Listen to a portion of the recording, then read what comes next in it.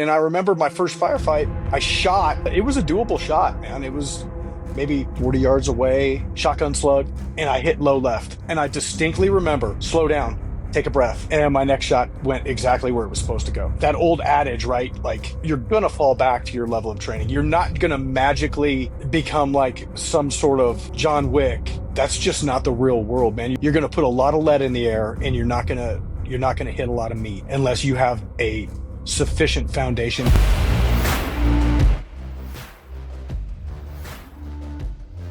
Jeremy, welcome to the show, brother. Good to be here, man. Good to be here. Thanks for having me. It's been a long time since we hung out, too long, but you and I have worked together a lot when you were at Guns and Ammo.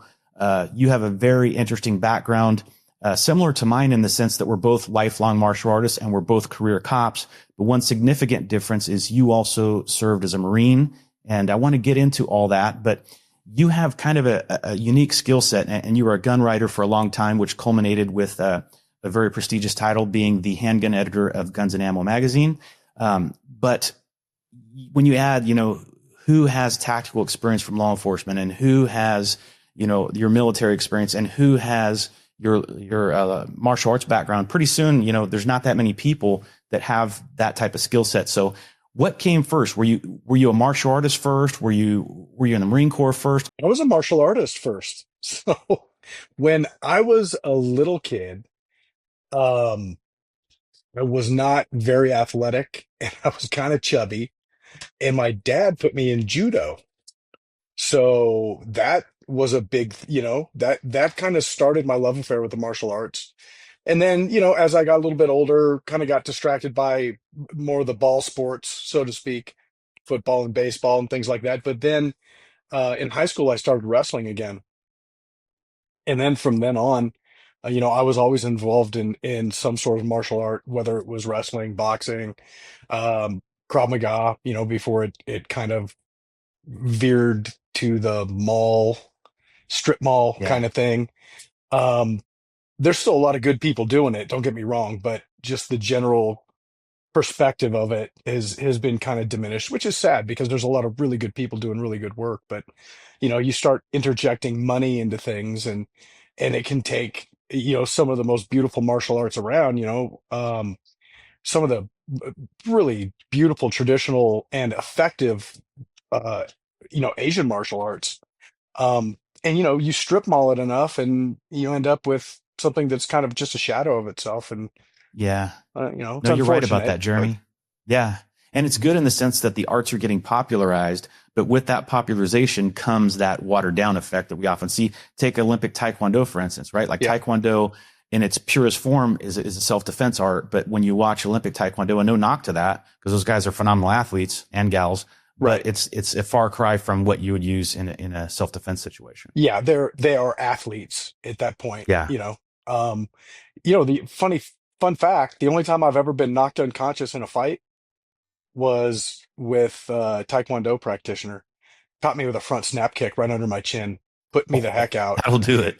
That'll do it, man. I That'll do it. I remember my teeth clacking, and then I remember waking up about 5 minutes later. Oh man. Yeah. And were you influenced like I was? You're about my age, the Karate Kid and all those ninja movies back in the 80s, huh? The ninja movies for sure. In Yeah. fact, I hate to admit it now because he's turned into such a joke, but in the late 80s, Steven Seagal was the man.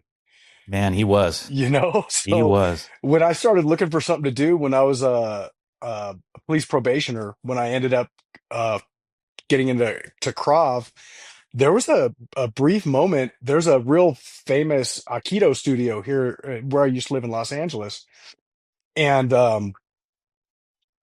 I briefly considered it because I thought, hey man, he makes it look pretty cool. And then I was talking to a couple of my buddies that were like deep in it, and they're like, no, it's not for you. It's not what you want. Well, and a lot of the law enforcement defensive tactics that we learned, both being California cops, was very heavily influenced from Aikido. And Right.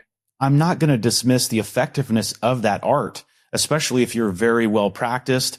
But the thing is, cops don't get enough practice, and a lot of those Aikido-based techniques are sort of dependent on fine motor skills, which, as For sure. you well know, are the first to go under the duress of a real attack. 100%, especially when you're talking about, applying progressive pressure to joints and things like that.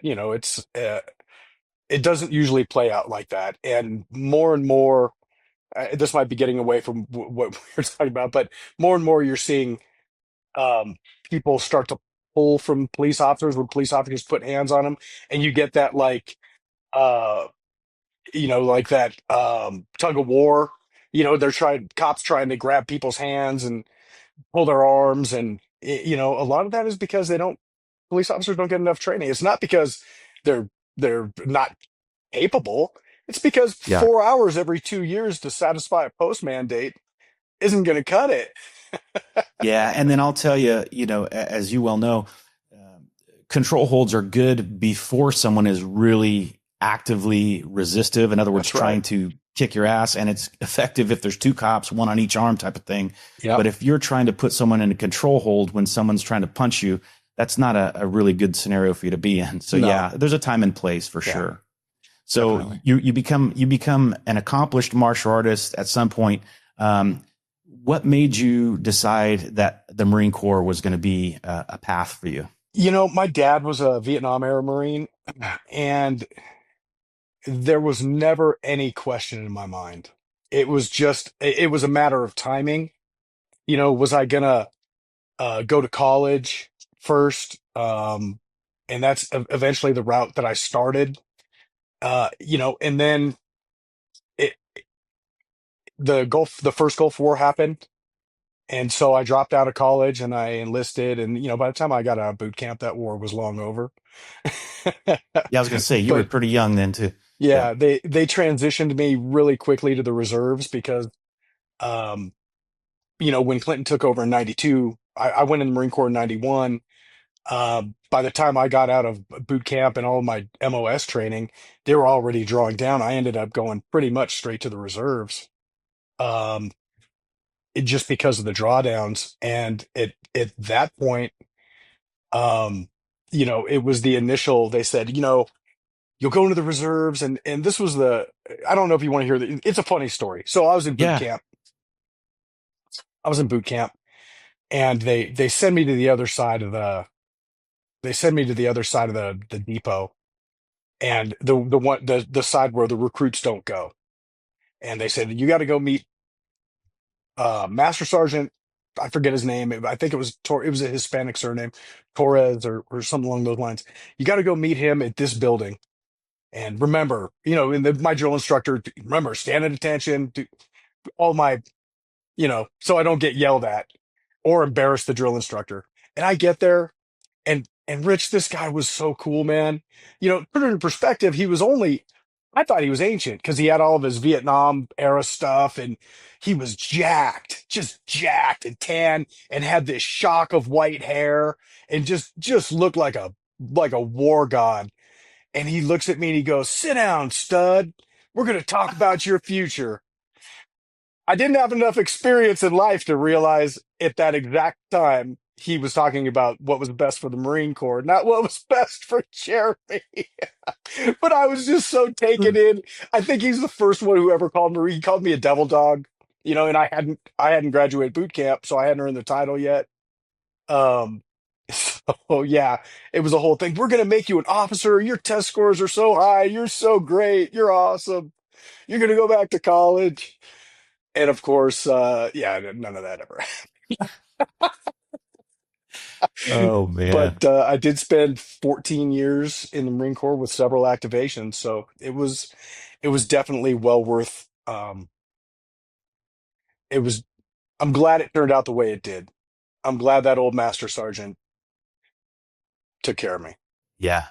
In hindsight, I'm sure it's a lot better than being in the moment some of the time in the Marine Corps. Yeah, But well, hey, you know what man, they it say really, about the Marine Corps? It's a good place to be from. It's not a good place to be at. yeah, makes sense, brother. So there had to be some crossover between you being a reservist and also being a full-time police officer, right? Yeah, so I came on the job in January of '98. And in the academy it's hard to do drills. So um the academy was 6 months long, and then I went right into street probation at Rampart. But later that summer, I started going back to drill, and my reserve unit at the time, Third Civil Affairs Group, was down at Camp Pendleton, but it had originally begun up at the Marine Corps Navy Drill Center up by Elysian Park. So there was a lot of old school cops in my reserve unit, guys that were like colonels. And it was really cool because there weren't too many other guys. I think I was a sergeant at the time, and a couple of light colonels. I remember Colonel Bobby Jacks. He was so good to me.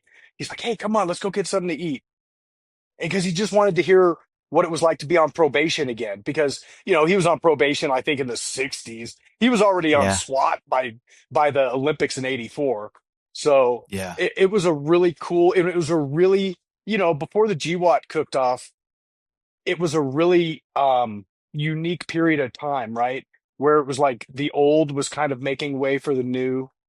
And we can get into that, like even with police training and stuff like that. So those last 2, 3 years of the 20th century and the first 2, 3 years of the 21st century, that crossover between LE and military, um, specifically skill sets, equipment, things like that. And it was just a really cool time, man. It's interesting, Jeremy. What I was told by some people who are in some specialized military units, SEAL teams and whatnot, they have said something that rings true. Like during peacetime, a lot of those guys are learning from LAPD, LASO, things like that, the Yeah. large metropolitan law enforcement agencies.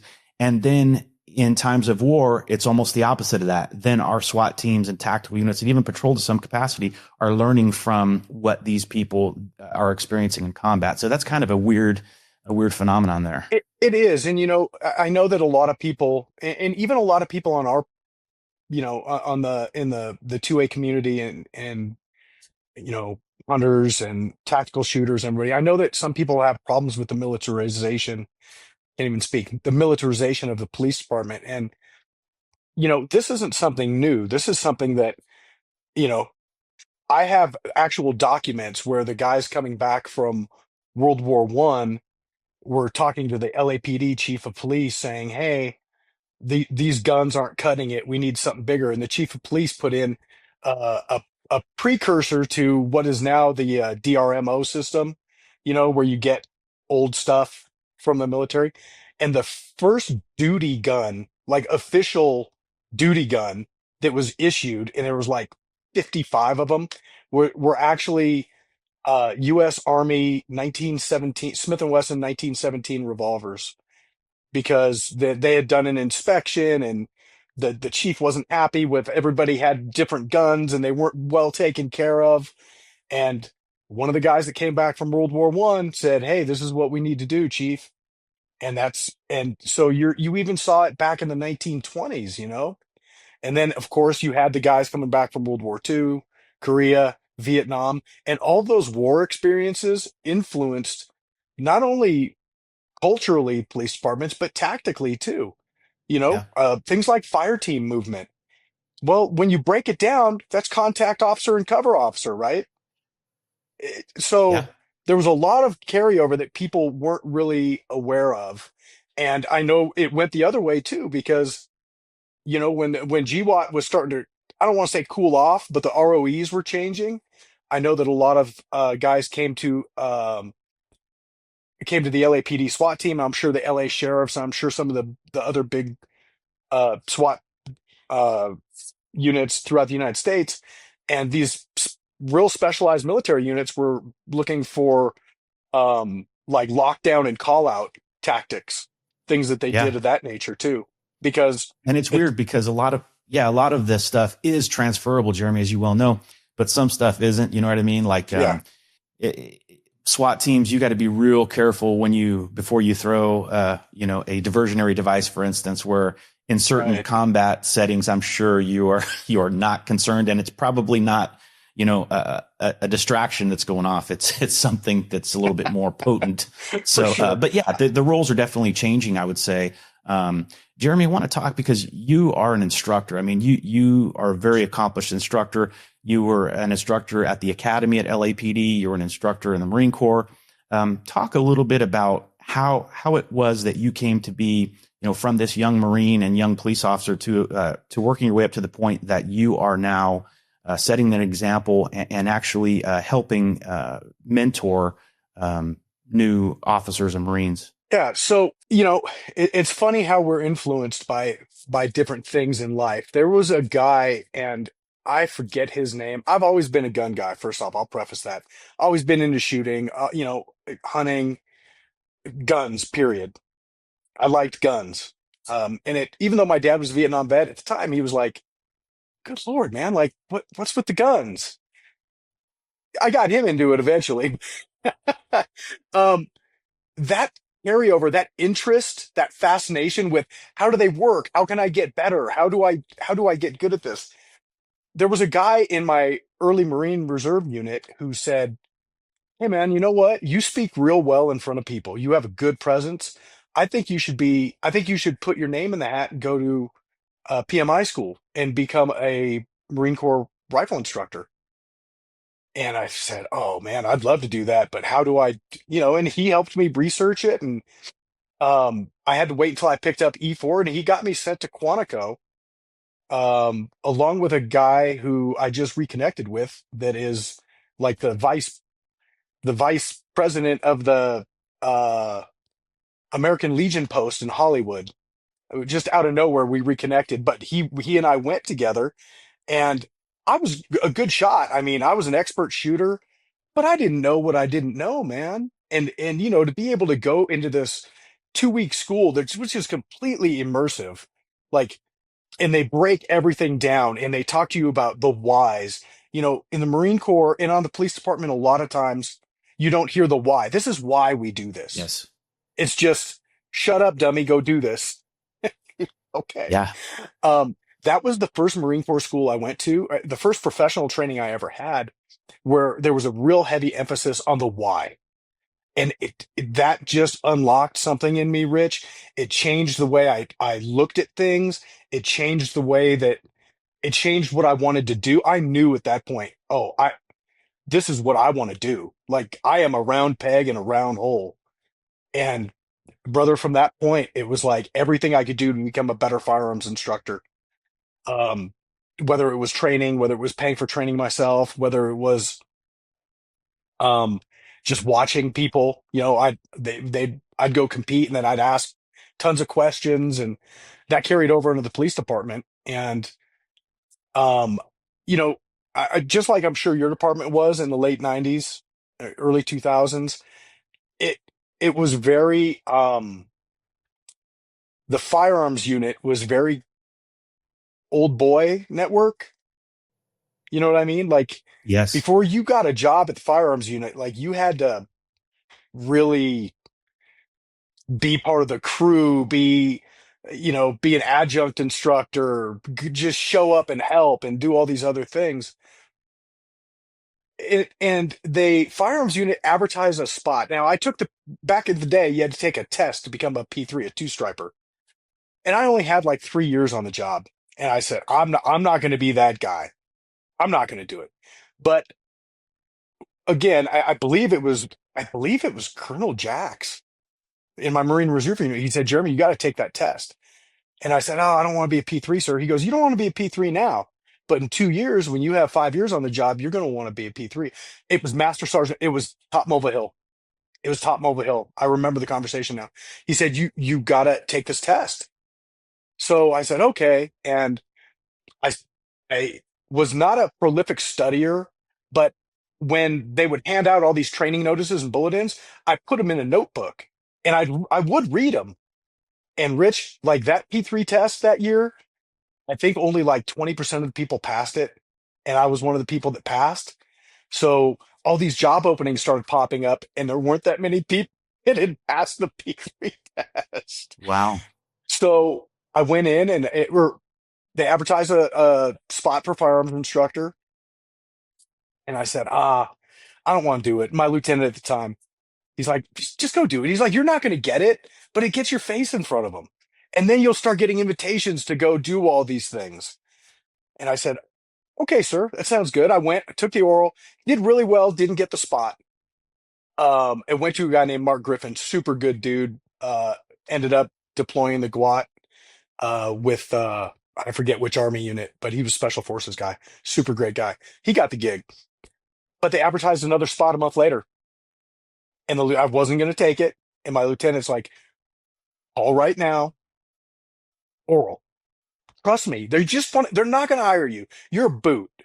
He goes, "Seriously, you're not going to get the job when you show this level." He goes, you're gonna be on their radar. This is what you want to do." And you're getting used to the testing process as well. And the oral process. Yes. Rich, I took the oral. He looks at me and he goes, "You got the job, kid." I was like, Dang. "What?" I had 3.5 years on the job. I had no business being a two-striper. I Yeah. had no business being an instructor, but they saw something in me. And so Yep. that started my first gig, my first time at the firearms training unit.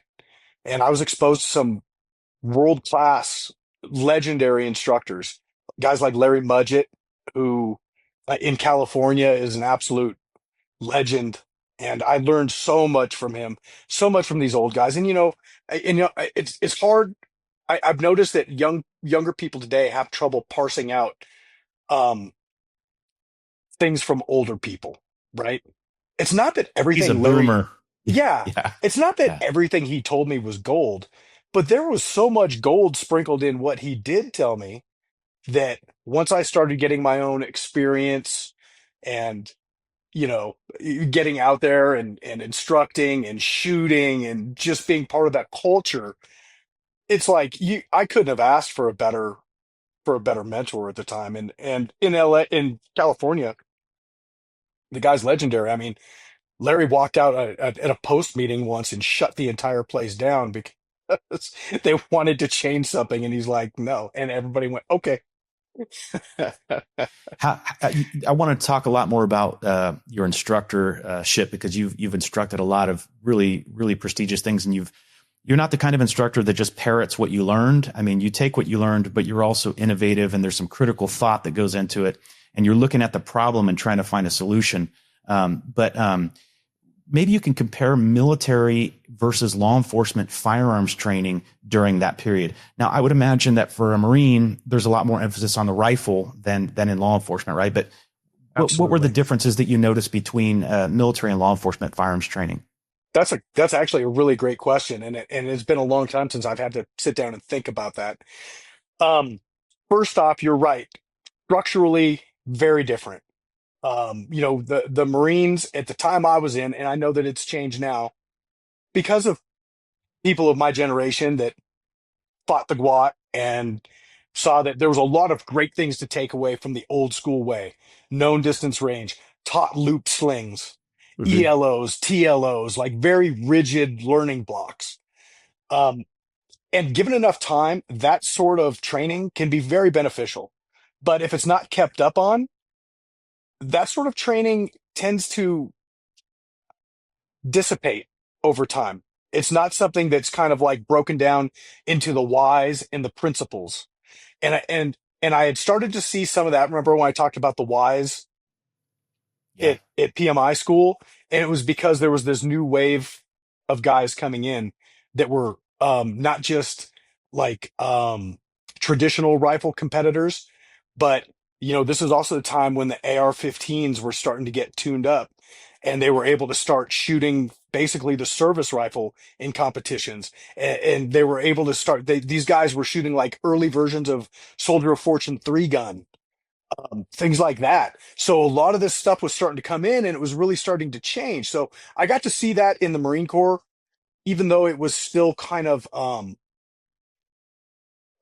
very rooted in tradition and known distance, loop sling, positional shooting.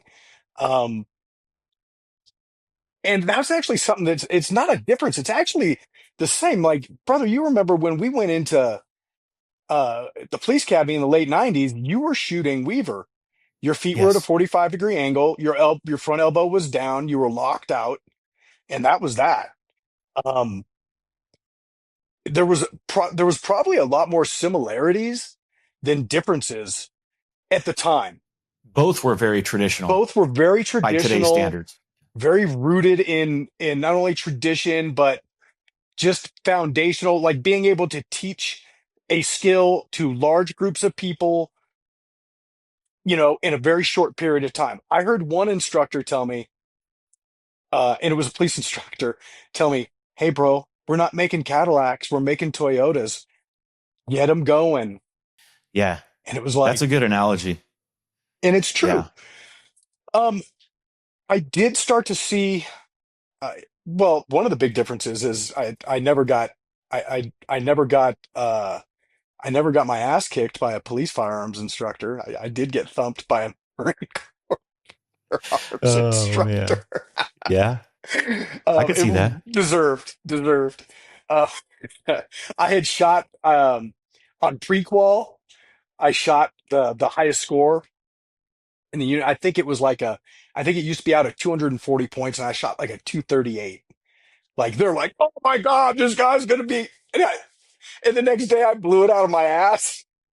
On qual day, I blew it out of my ass. and Jeremy, it's like the kicker, right? They're like, this guy hasn't missed a field goal in 2 years, and then wide right, and Yeah. he brought me the back. He's like, "You made me look like a ooh, I got my ass kicked." Rightfully so. Um, but at the time, now that I really think about it, the similarities are much more abundant than things that were different. I did notice on the police side, the evolution started happening a little faster. I know the Marine Corps has completely revamped the way they do things now, but when I was looking at things like the Army was very quick to take some of these lessons learned. Big Army, but then again, they're also the first ones that put red dots on everybody's guns too. Yeah. Um, and Big Army was taking a lot of these lessons learned, and they were having reactive courses, and kind of doing away with a lot of the traditional positional shooting, and those are some of the things that we started to see crossing over into at least the LAPD. So I was part of this the I was part of the isosceles clique, right? Um, when we started when the industry started transitioning from that hard weaver to a more relaxed weaver, or an isosceles, kind of like a combat Yeah. isosceles. Um, and it worked for me because at the time, well, they've been repaired since, but at the time, both my shoulders were, you box a lot, you do things, you shoot a lot of heavy calibers, and I'm just generally a pretty big guy up top. You know what I mean? I'd like, and the weaver just hurt, man, especially if I'm out there shooting all day long. And so I started to kind of soften it a little bit. Nobody would say anything because I was already an instructor, right? And then you started seeing these lessons learned. I started talking to Eric Gelhaus, who's teaching at Gunsight now. He was a NorCal cop. Started talking to some of these other guys, and it's like, man, everybody's going to the isosceles. And me and a guy named Bill Parmalee, who was also one of those early Soldier Fortune 3-gun shooters, a couple other guys, we started trying to get it integrated into the LAPD training curriculum, and it was like, oh man, we It's were like tough, man. heretics, dude. We It's were hard. heretics. It's hard to get stuff to change for sure. It's funny Yeah, you mentioned Eric Gelhaus, and I tried to give him props the other day for the red dot stuff he's teaching at like the essentially a red dot 250 at Gunsight. But yeah. I accidentally gave props to my other buddy Eric Maudsley, and Eric Maudsley DMs me. He's like, "Hey, dude, I appreciate the props, but I'm sure you're trying to talk about Eric Gelhaus." But sorry, Eric. But yeah, I was trying to give you props, bro. But no, good stuff for sure there. I do remember that as well. And I also remember this, Jeremy, kind of the flip side of what you're saying. After we had all essentially went to more of an isosceles, more of a squared up type fighting stance for shooting, then we would have someone that come from another agency. Maybe he's an older dude, and he's shooting out of a hard weaver. Yeah. And then I was always told as an instructor by my bosses, like, fix him.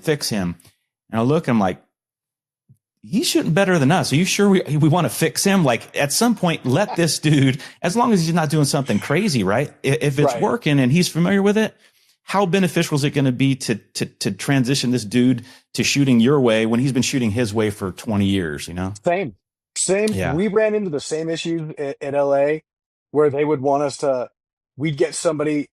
I remember we had a dude come in and he was a legitimate Navy SEAL. He was a, and obviously not a problem with any of the shooting, right? And one of the supervisors was like, "Oh, well, you gotta." And he had a slightly more squared. It was still Weaver-ish, but man, we've got 40 kids on the line, 50 kids on the line. You really think this kid's chewing the middle out of that target? You really think I'm gonna waste my time because I don't like the way he looks? That's exactly. insane. And I do notice that, and again, man, I don't like to get into like generational shit talking because I wouldn't be where I'm at today. I wouldn't be the man I am today. I wouldn't have the things I have today if it weren't for that generation that went before us and that I learned from. But that doesn't mean that I can't say, you know what? I I don't like the way that was. I don't like the way they taught that. I'm going to do it different. It doesn't discount how revolutionary Jeff Cooper's principles were. It was revolutionary. And and I look at what we do now, bro, as it's an extension of that. It's an evolution of that. And all it is because there's just been more and more data coming in. We're better at collecting data now. We're also better at parsing out what's real and what's fake. I know you remember the time you would have some of these old school firearms instructors, they just make statistics up No one could because disprove it. we can't Yeah, disprove it. Like yeah, I'm not a statistician. I don't. Well, yeah. hey man, check it out. Now I can find out if you're full of shit. No, that's true, Jeremy. That's 100% true. So instructors from our generation have had to be um, very results based and less dogmatic based. You know what I mean? Like, we're going to give you some tools. We're going to give you why this is going to probably work better for you. And then we're going to expect a certain thing. If you're meeting that threshold, I'm not going to mess with you too much. Now, if you want to become a great shooter, come see me. But if you just want to pass qual, be good at your job, be able to hit what you're aiming at, these are the tools you need. These are drills you can do. This is stuff you can do. And hey, carry on, But I'm not gonna. We can't lock ourselves into some of this old school dogma because it's very easy for kids to disprove it. And once they've Yep. disproved you lost them. Yep. No, you're right, Jeremy. And another thing you said really resonated with me too is like if a dude is a little bit off with his technique, but the results are there, it's hard to spend much time on him because you have so many people who are just struggling to hit the silhouette. You know what I'm saying? So whether it's good or bad, those people who are struggling the most tend to get the most attention from the instructors. And like you said, though, it's a great idea to tell someone who's on the cusp, they're really good, but you can make them a little bit better. Like, hey, come and see me and I'll give you some pointers versus Yeah, spending time with them. And then the rest of the class is lost. So that's a yeah, challenge there. and Jeremy, I'm that's a going to make a pretty, maturity thing too. That's yeah, a maturity thing. That's something that you pick up as you get older because, and I'll let you go on, but this is such a great point. Young instructors will often gravitate towards the better shooters because it's easier to make a good shooter great than it is to make a poor shooter good. yeah, that's a good point. I was going to take kind of a hard turn here, Jeremy, and talk about you had some combat deployments, and I'm sure that gave you a unique perspective, both for your time in the military and your work as a police officer. And you were awarded the Bronze Star with the V designation, which is very, very admirable. I wonder if you could talk a little bit about maybe some lessons learned. I know this could be an entire podcast in itself, but maybe just touch on some lessons learned from your time in combat. The first one is going to be kind of I don't want to say corny, but it's going to be kind of a trope, right? And that is, I can tell you right now, the old adage, you're only as good as hard you train. You know, it's and you're going to fall back to your level of training. Those things are, they're so true, Rich. So like the first time I got into a firefight, man, I wish I could tell you I was like, oh, I was like a war god, just not thinking about anything, went into autopilot, was just stacking bodies. And man, anybody who tells you they didn't have time to be scared, they're full of shit or they're sociopaths. You don't have time if you're well trained and or in the right mental state, then that fear isn't going to overwhelm you. You're not going to be overwhelmed by events. But God, it's there. You just have to kind of you push on through it. And I remember my first firefight. I shot, and it was a doable shot, man. It was maybe 40 yards away, shotgun slug, and I hit low left. And the reason I tell you I hit low left is because if you hit somebody in the hip with a shotgun slug on the left side, it's going to spin them to the left. And this dude spun hard to the left. And I distinctly remember, slow down, take a breath. And my next shot went exactly where it was supposed to go. So that old adage, right? Like you're going to fall back to your level of training. You're not going to magically become like some sort of, you know, John Wick. That's just not the real world, man. You're gonna put a lot of lead in the air, and you're not gonna hit a lot of meat unless you Yeah. have a sufficient foundation, or unless you're exceedingly lucky. I mean, you and I both know coppers out there, good dudes.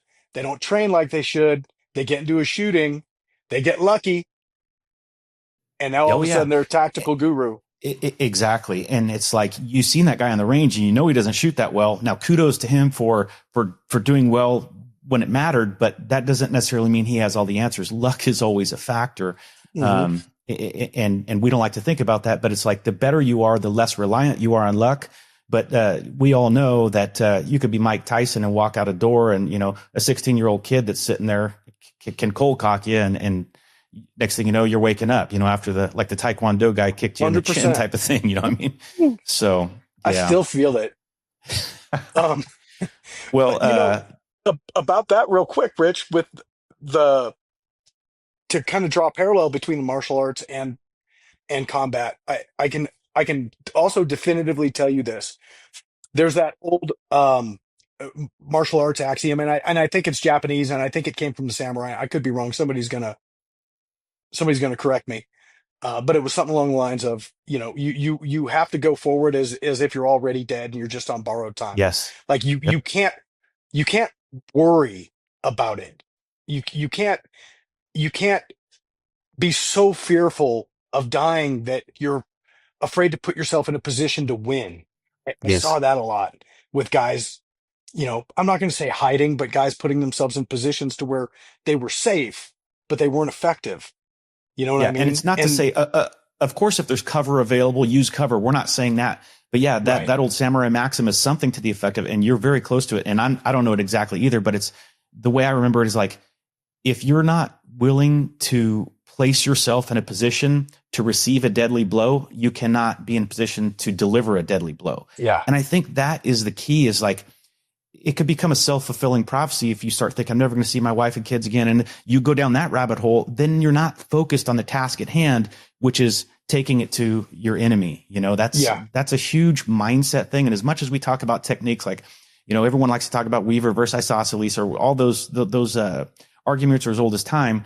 But what we probably should be focusing is on mindset, you know, and for the concealed carry Yeah. holder, awareness, you know, because, you know, whether you have a 1 second draw or not isn't probably too critical in a self-defense situation, because it's unlikely you're going to be drawing on a drawn weapon, right? I mean, it could happen, but it's more likely probably that if you're aware of what's going on and have a little bit of time, maybe you can draw covertly, and that's probably a good option as well, you know. And there, Having the mindset to put yourself in a position that is going to be slightly favorable to you. Can't yeah, always happen, but sometimes it does. And speaking of mindset, um, the other side of what we were talking about, where you have to be willing to put yourself in a position, is you have to have already. And I don't mean to sound cavalier about this, And I know that somebody's going to end up having a heartache about it, but you'll understand, and the vast majority of the listeners will understand. Um, you have to have already made the decision that you're okay pulling the trigger on somebody. Because if you're having a moral quandary at that point, you're going to be slow, and you might not shoot at all, you know. Um, and again, I And know it sounds so that might be cavalier. your one opportunity, Jeremy. That Yeah. when you hesitate, now that opportunity may not present itself again. And now that dude is able to, continue his attack on you and your partners and everything else. So yeah, that's absolutely true. Yeah.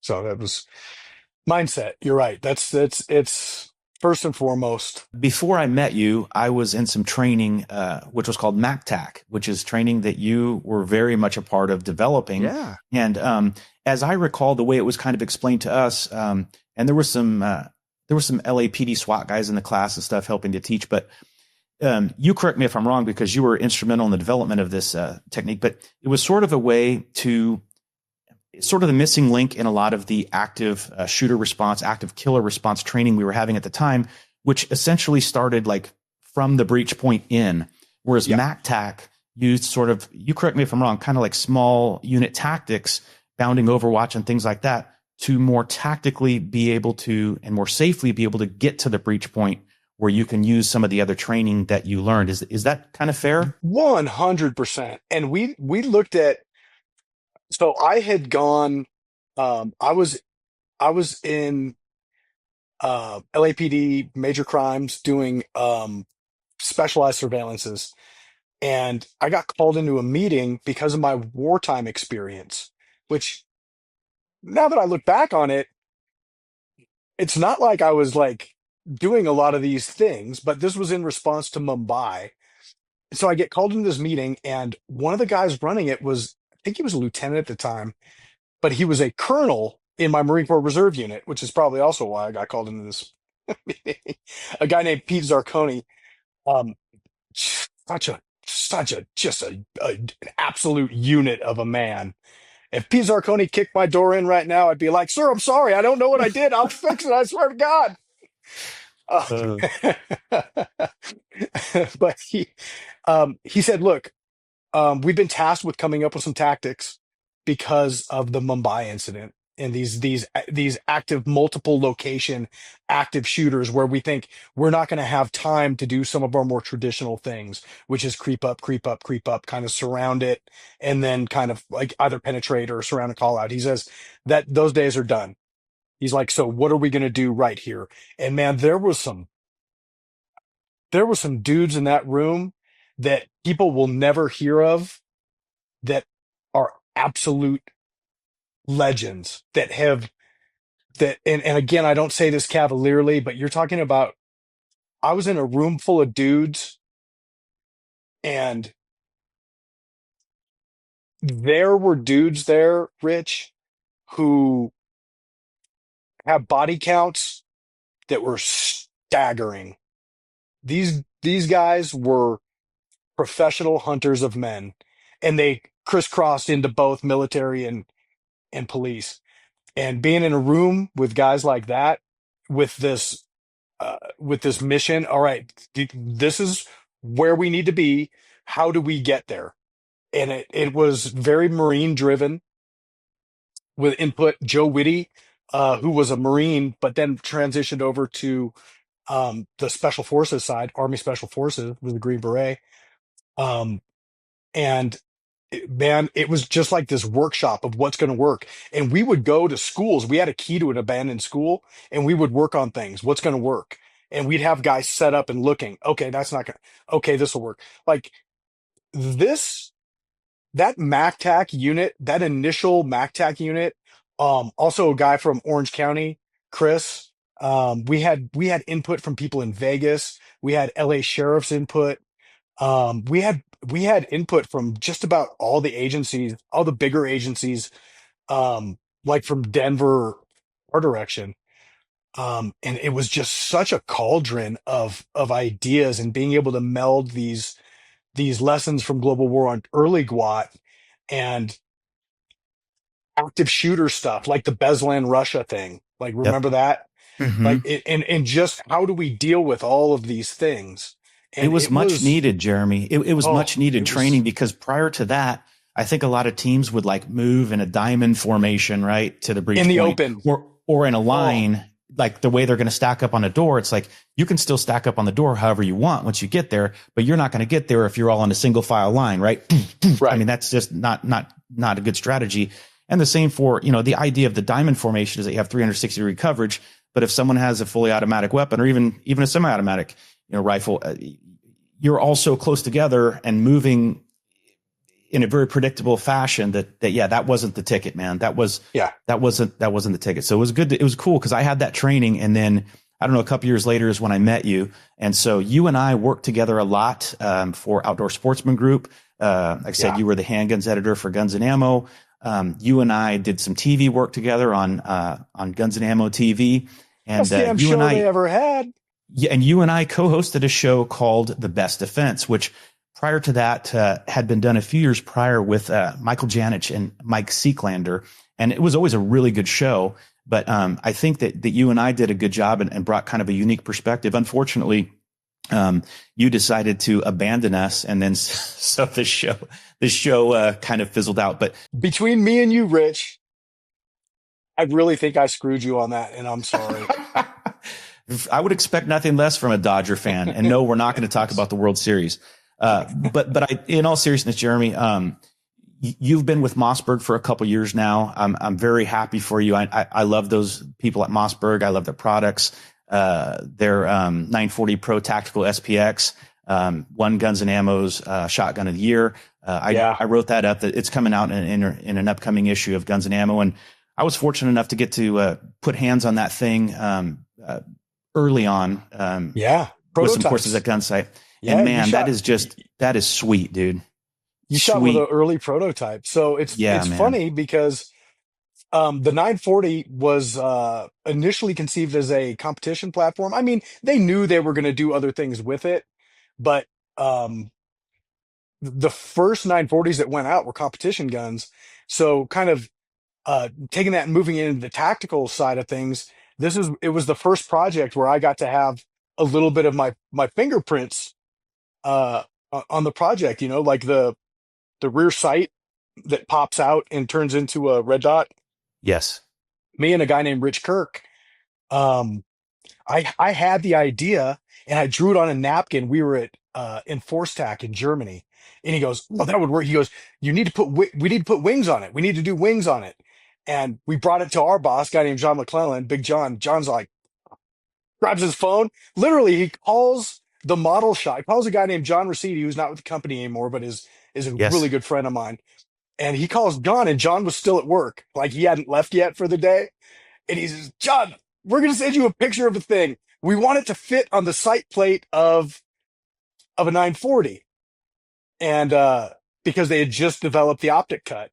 Yep. And he 3D modeled it that day. The next day he put it on a gun and he goes, "Guys, this is going to work." That's how Wow. that sight got designed, man. On a cocktail napkin. A little bit of bourbon involved, maybe. With me and Rich, there was definitely alcohol. I think it was beer. We're in Okay. Germany, so it was beer. Okay. That would make Yeah. sense.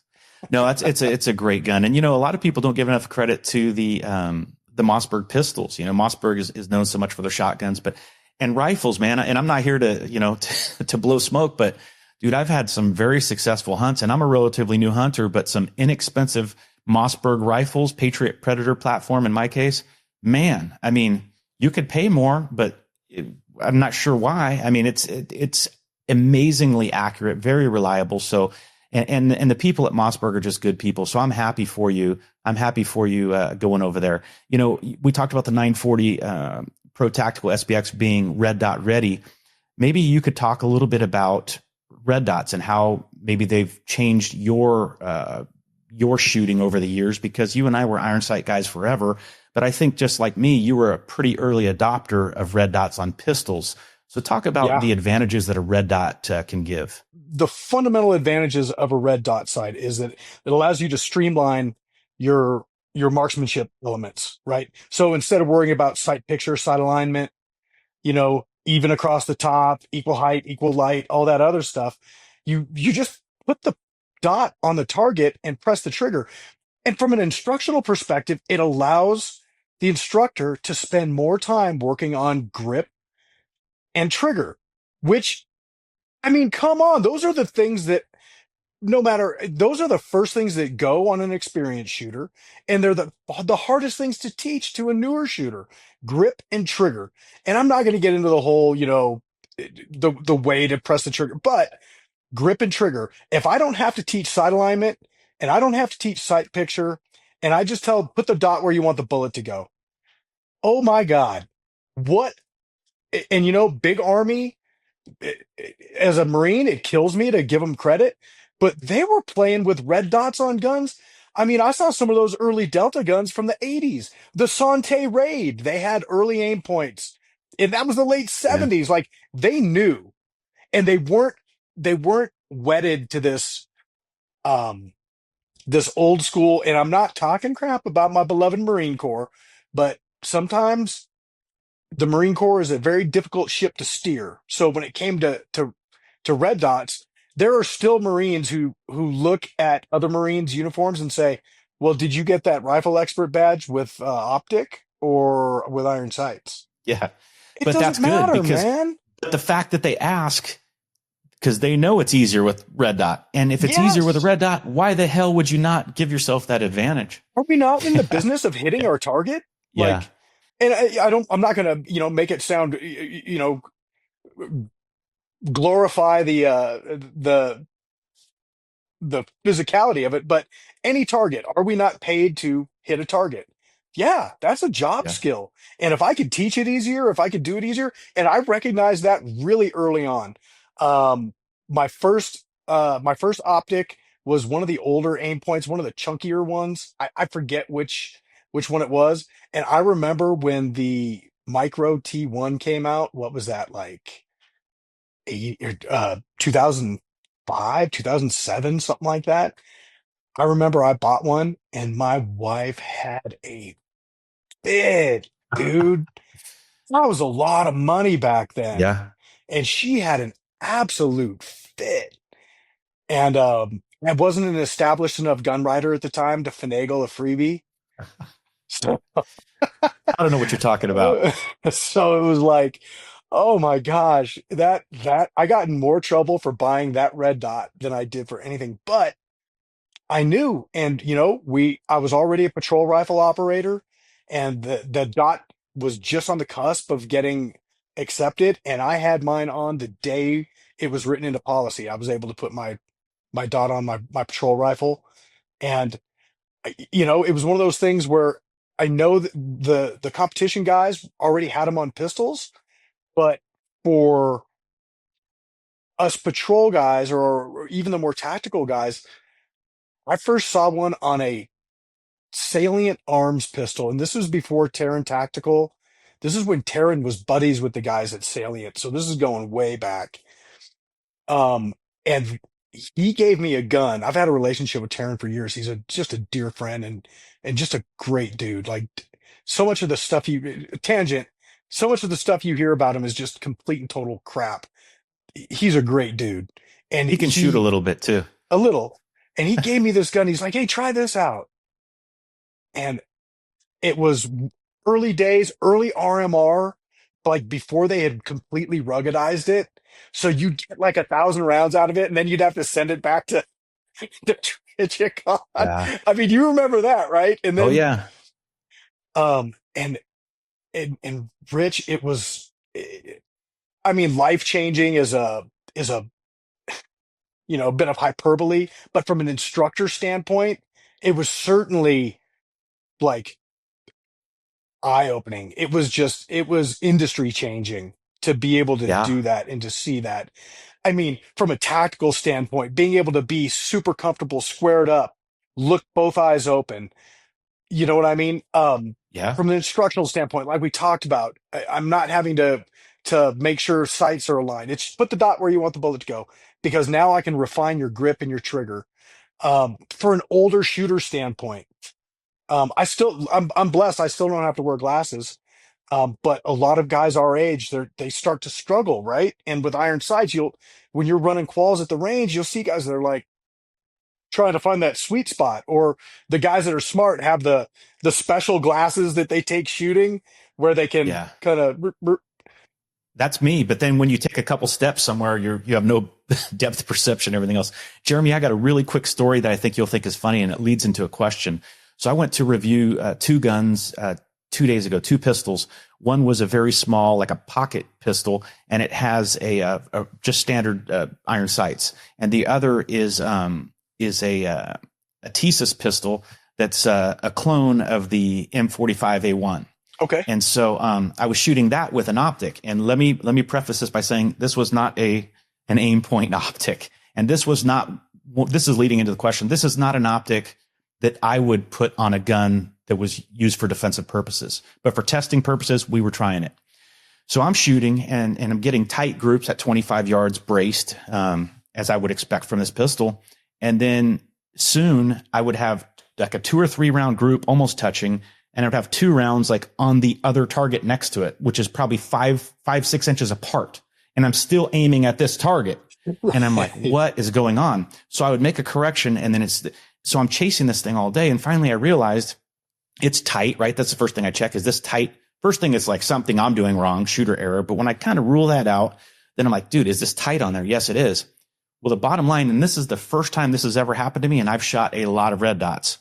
Something was going on with the internals of that optic to where that red dot was shifting within the window, I guess as a result of the recoil of the slide Right. reciprocation. So that is one of the scariest things if you get a discount optic and then something like this happens, because if the dot goes out, you're going to probably transition to your backup iron sights. Right. But if the dot is there and you're just missing, the first thought is going to be that it's something you're doing wrong. You're not going to think this dot has shifted within the window. Something has happened. So that was crazy.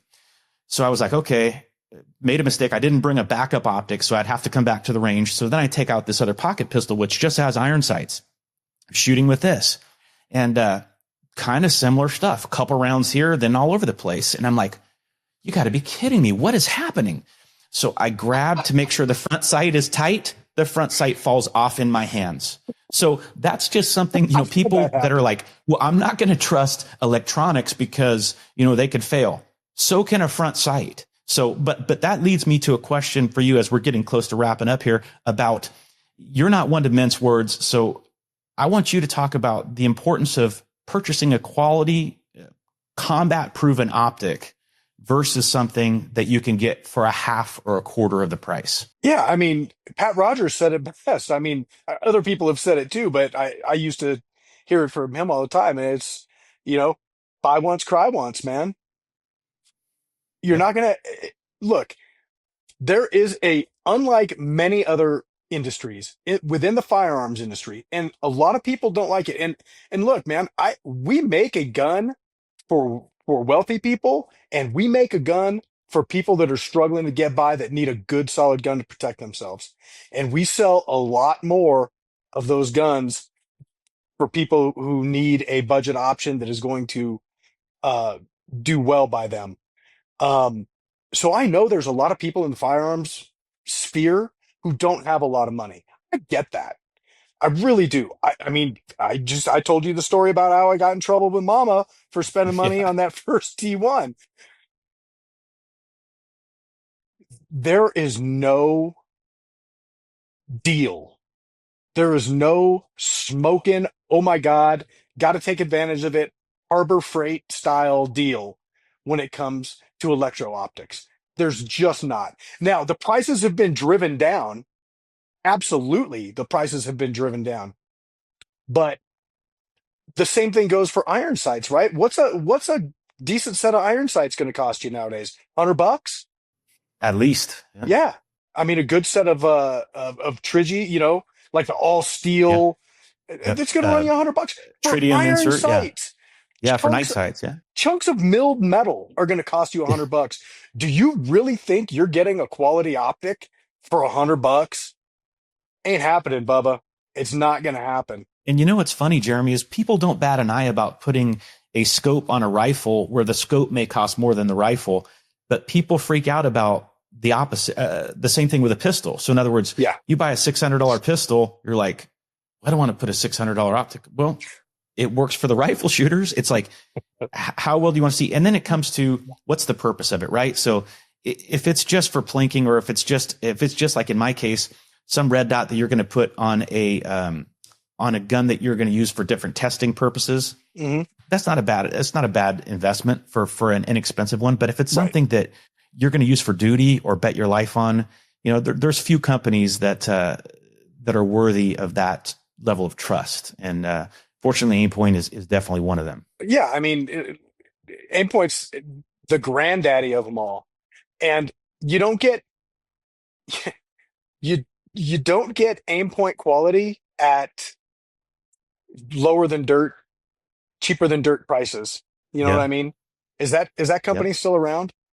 Remember we used to get the old Cheaper than catalogs, dirt. and it Yeah. would Yeah. have like Yeah. the super cheap I stuff in haven't it, seen that in a while. Yeah.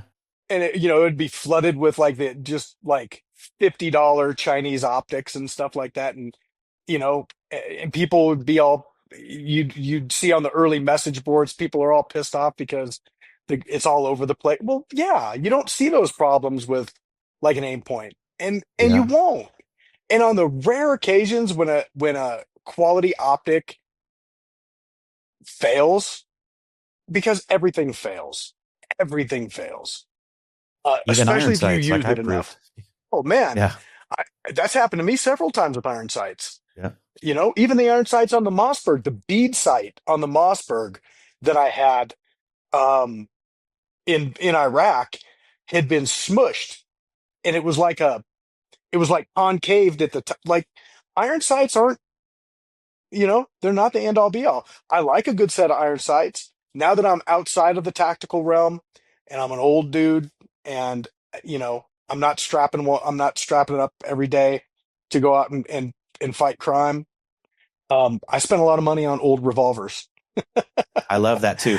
I have an interest in it. I don't have many, but I do have that interest, that nostalgia for those old, law enforcement, Yeah, Colts and Smith and Wessons and stuff. Yeah. yeah, Very cool. that's definitely what I like. But it's iron sights. But when I set up a rifle for a good friend of mine, um, it was like, no, we're not putting that optic on this. We're Yeah. not doing that.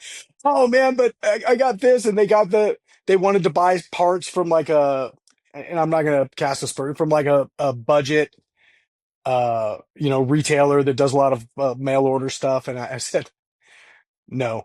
I said you can buy the barrel from there, get this barrel.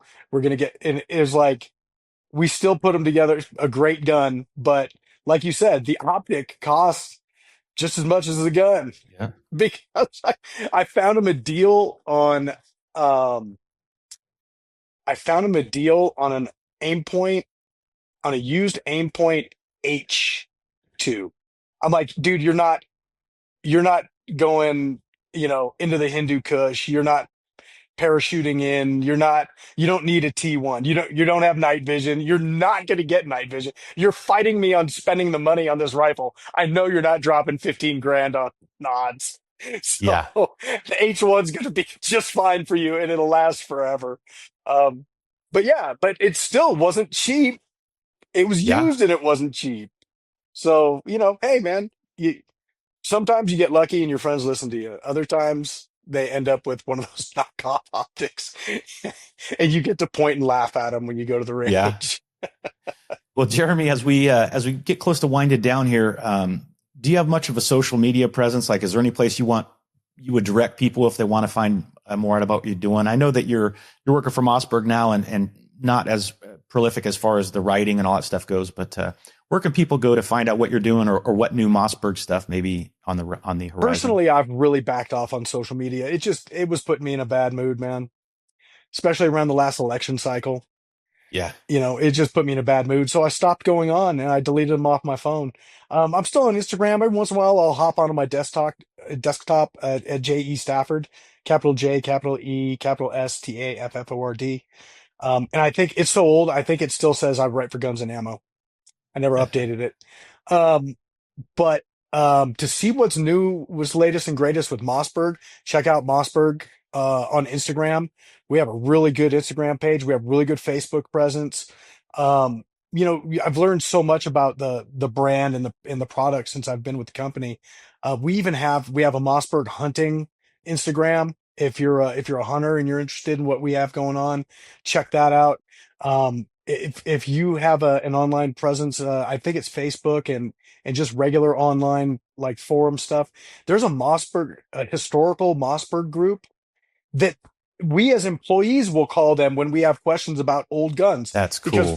we don't know, but Yeah, very those guns cool. are still out there. So, hey, if we can help somebody out, we will. So a lot of times we have two or three people that are like really tight with the Mossberg historical people, and we'll find out. And sometimes we can even get people parts. Like we don't have them That is anymore. cool. Yeah, yeah.